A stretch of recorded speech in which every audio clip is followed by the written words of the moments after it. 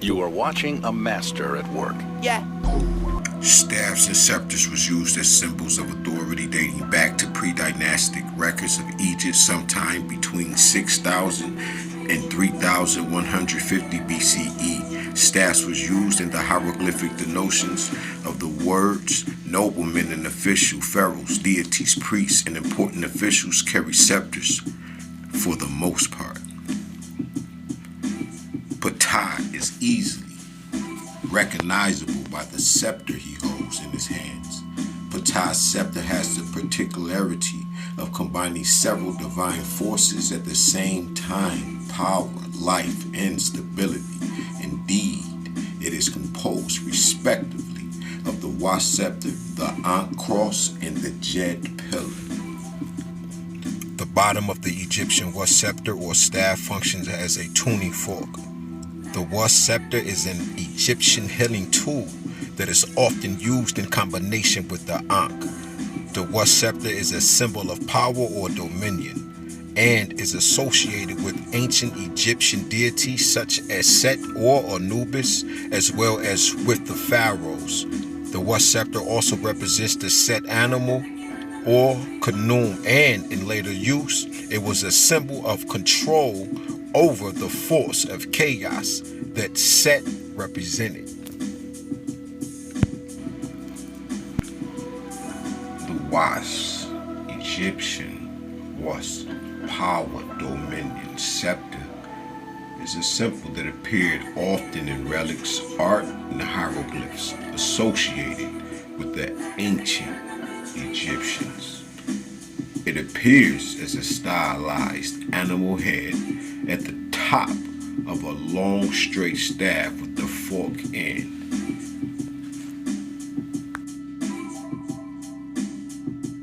Everybody, and I do mean everybody, is against Seth right now. You have to conquer your lower self, as you can see on the screen.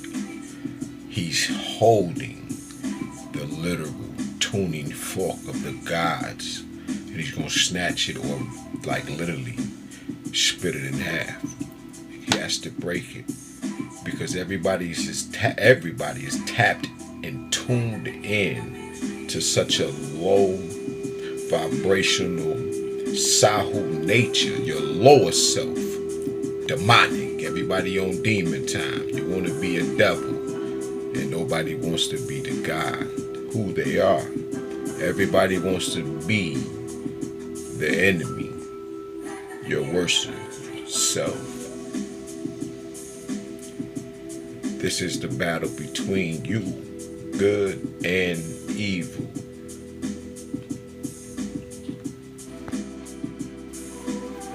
Like many deities of ancient Egypt, he takes many forms. Through one of his particular aspects and through syncretism of ancient deities of the Memphite region, sometimes represented as a dwarf, naked and deformed, his popularity would continue to grow during the late period, frequently associated with the god Bes. His worship then moved beyond the borders of Egypt and was exported throughout the eastern Mediterranean through disseminations by the Phoenicians. We find figures of Ptah and Carthage, also known as Carthage. Ptah is generally represented in the guise of a man with green skin, contained in a shroud sticking to the skin, wearing the divine beard, and holding a scepter combining three powerful symbols of ancient Egyptian religion: the scepter, the sign of life, the Ankh, and the Jed pillar. These three combined symbols indicate the three creative powers of the god: power, life, Ankh, and stability, Jed. From the old kingdom, he quickly absorbs the appearance of Sokar and Tatenin, ancient deities of the Memphite region.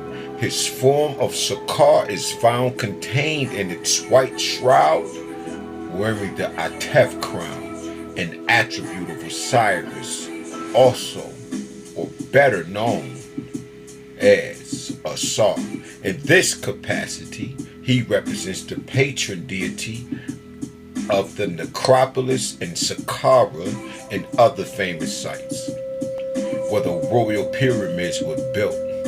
Gradually, he formed with Asar, known as Osiris, a new deity called Ptah Asar, or Osiris, statuettes representing the human form, the half-human, half-hawk form, or simply the pure falcon form of the new deity, began to be systematically placed in tombs to accompany and protect the dead on their journey to the west.